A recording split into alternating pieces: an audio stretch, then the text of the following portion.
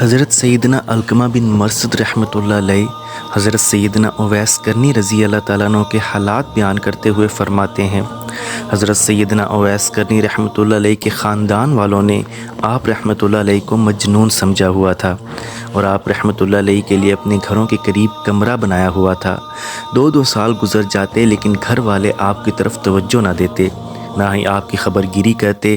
آپ رحمۃ اللہ علیہ اپنی گزر بسر اس طرح کرتے کہ کھجور کی گٹھلیاں چنتے، شام کو انہیں بیچتے اور ان کے بدلے جو ردی کھجوریں وغیرہ ملتی انہیں افطاری کے لیے رکھ لیتے اور انہیں کھا کر اللہ عز و جل کا شکر ادا کرتے۔ جب حضرت سیدنا عمر بن خطاب رضی اللہ تعالیٰ عنہ خلیفہ بنے تو ایک مرتبہ آپ رضی اللہ تعالیٰ عنہ نے حج کے اجتماع میں فرمایا، اے لوگو کھڑے ہو جاؤ۔ حکم پاتے ہی تمام لوگ کھڑے ہو گئے۔ پھر آپ رضی اللہ تعالیٰ عنہ نے فرمایا، قبیلہ مراد کے لوگوں کے علاوہ سب بیٹھ جائیں۔ چند لوگوں کے علاوہ سب بیٹھ گئے۔ پھر فرمایا، تم میں سے قبیلہ کرن کے لوگ کھڑے رہیں، باقی سب بیٹھ جائیں۔ ایک شخص کے علاوہ سب بیٹھ گئے۔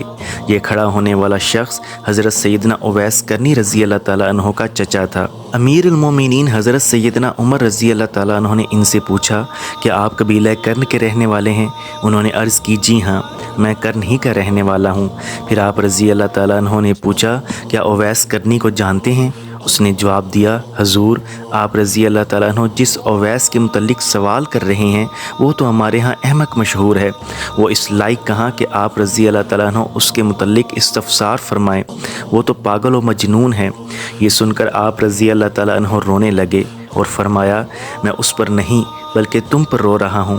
میں نے نور کے پیکر، تمام نبیوں کے سرور، دو جہاں کے تاجور، سلطان بحر و بر صلی اللہ تعالی علیہ وآلہ وسلم کو یہ فرماتے ہوئے سنا ہے کہ اللہ عز و جل اویس کرنی کی شفاعت سے قبیلہ ربیہ اور قبیلہ مضر کے برابر لوگوں کو جنت میں داخل فرمائے گا۔ حضرت سیدنا حرم بن حیان رحمۃ اللہ علیہ فرماتے ہیں، جب مجھ تک یہ حدیث پہنچی تو میں فوراً کوفہ کی طرف روانہ ہوا۔ میرا وہاں جانے کا صرف یہی مقصد تھا کہ حضرت سیدنا اویس کرنی رحمۃ اللہ علیہ کی زیارت کر لوں اور ان کی صحبت سے فیض یاب ہو سکوں۔ کوفہ پہنچ کر میں نے انہیں تلاش کرتا رہا۔ بالآخر میں نے انہیں دوپہر کے وقت نہر فرات کے کنارے وضو کرتے پایا۔ جو نشانیاں مجھے ان کے متعلق بتائی گئی تھیں، ان کی وجہ سے میں نے انہیں فوراً پہچان لیا۔ ان کا رنگ انتہائی گندمی، جسم دبلا پتلا، سرگرد آلود اور چہرہ انتہائی باروب تھا۔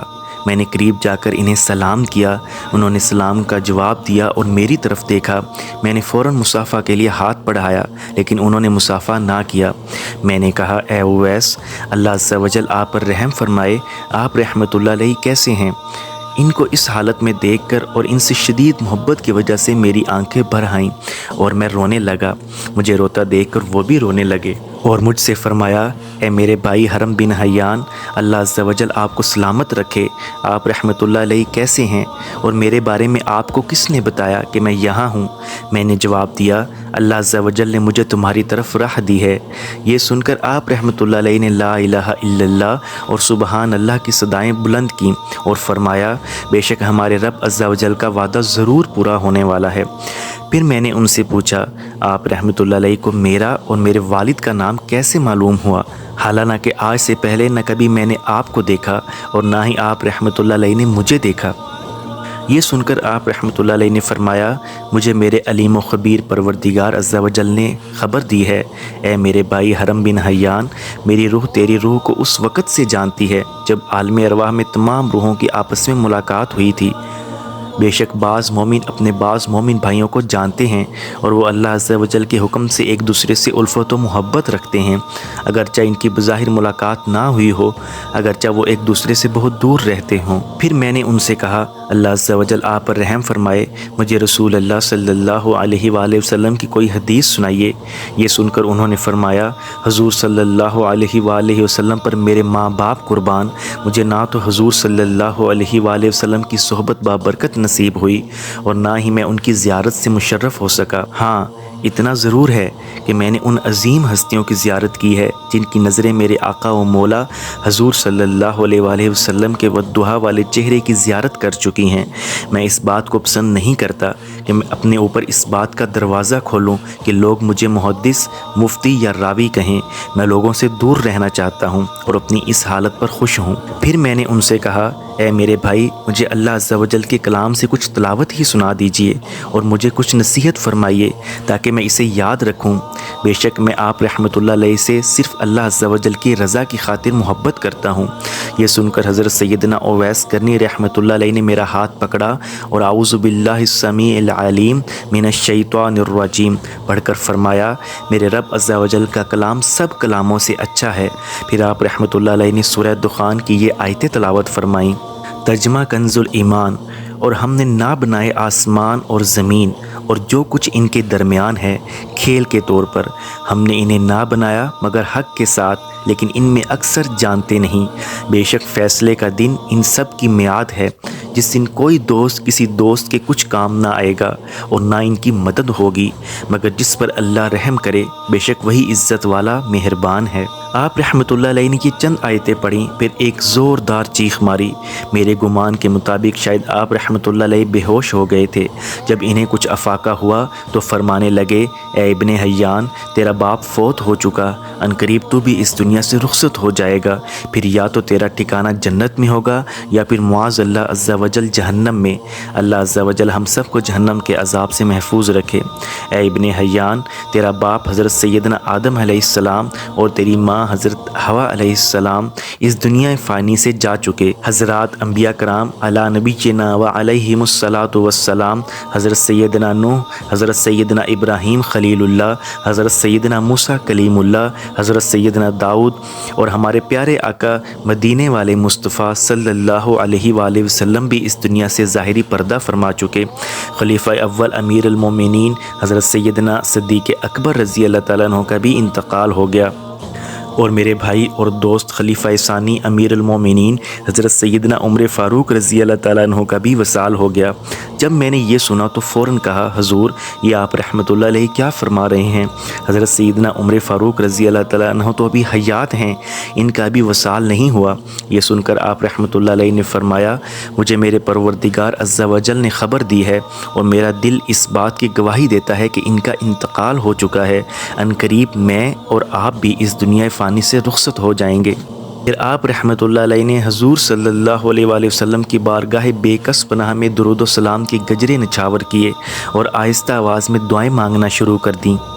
پھر فرمایا، میری ایک نصیحت یاد رکھنا، کتاب اللہ عز و جل میں تمام احکامات آ چکے، تمام انبیاء کرام اور اولیاء کرام کا اس دنیا سے کوچ کر جانا ہمارے لیے ایک بہت بڑی نصیحت ہے۔ ہمیشہ موت کو یاد رکھنا، اپنے دل کو دنیا میں نہ الجھانا، اور جب تو یہاں سے اپنی قوم کے پاس جائے تو انہیں عذاب آخرت سے خوب ڈرانا اور تمام لوگوں کا خیر خواہ اور ناصح بن کر رہنا اور کبھی بھی جماعت سے دور نہ ہونا۔ اگر تو مسلمانوں کی بڑی جماعت سے جدا ہو گیا تو دین سے جدا ہو جائے گا، تجھے معلوم بھی نہ ہوگا اور تو جہنم میں داخل ہو جائے گا۔ پھر فرمایا، اے میرے بھائی، تو اپنے لیے بھی دعا کرنا اور مجھے بھی دعاؤں میں یاد رکھنا۔ اس کے بعد آپ رحمۃ اللہ علیہ عز و جل کی بارگاہ میں دعا کرنے لگے، اے پروردگار عز و جل، حرم بن حیان کا گمان ہے کہ یہ مجھ سے تیری خاطر محبت کرتا ہے اور تیری رضا ہی کی خاطر مجھ سے ملاقات کرنے آیا ہے۔ یا اللہ عز و جل، مجھے جنت میں اس کی پہچان کرا دینا اور جنت میں بھی میری اس سے ملاقات کرا دینا۔ یا اللہ عز و جل، جب تک یہ دنیا میں باقی رہے اس کی حفاظت فرما اور اسے تھوڑی ہی دنیا پر راضی رہنے کی توفیق عطا فرما۔ یا اللہ عز و جل، اسے جو نعمتیں تو نے عطا کی ہیں ان پر شکر کرنے والا بنا دے، ہماری طرف سے اسے خوب بھلائی عطا فرما۔ پھر مجھ سے فرمایا، اے ابن حیان، تجھ پر اللہ عز و جل کی رحمت ہو اور خوب برکت ہو، آج کے بعد میں تجھ سے ملاقات نہ کر سکوں گا۔ بے شک میں شہرت کو پسند نہیں کرتا، جب میں لوگوں کے درمیان ہوتا ہوں تو سخت پریشان اور غمگین رہتا ہوں، بس مجھے تو تنہائی بہت پسند ہے۔ آج کے بعد تو میرے متعلق کسی سے نہ پوچھنا اور نہ ہی مجھے تلاش کرنا، میں ہمیشہ تجھے یاد رکھوں گا، اگرچہ تم مجھے نہ دیکھو گے اور میں تجھے نہ دیکھ سکوں گا۔ میرے بھائی، تو مجھے یاد رکھنا، میں تجھے یاد رکھوں گا، میرے لیے دعا کرتے رہنا۔ اللہ عز و جل نے چاہا تو میں تجھے یاد رکھوں گا اور تیرے لیے دعا کرتا رہوں گا۔ اب تو اس سمت چلا جا اور میں دوسری طرف چلا جاتا ہوں۔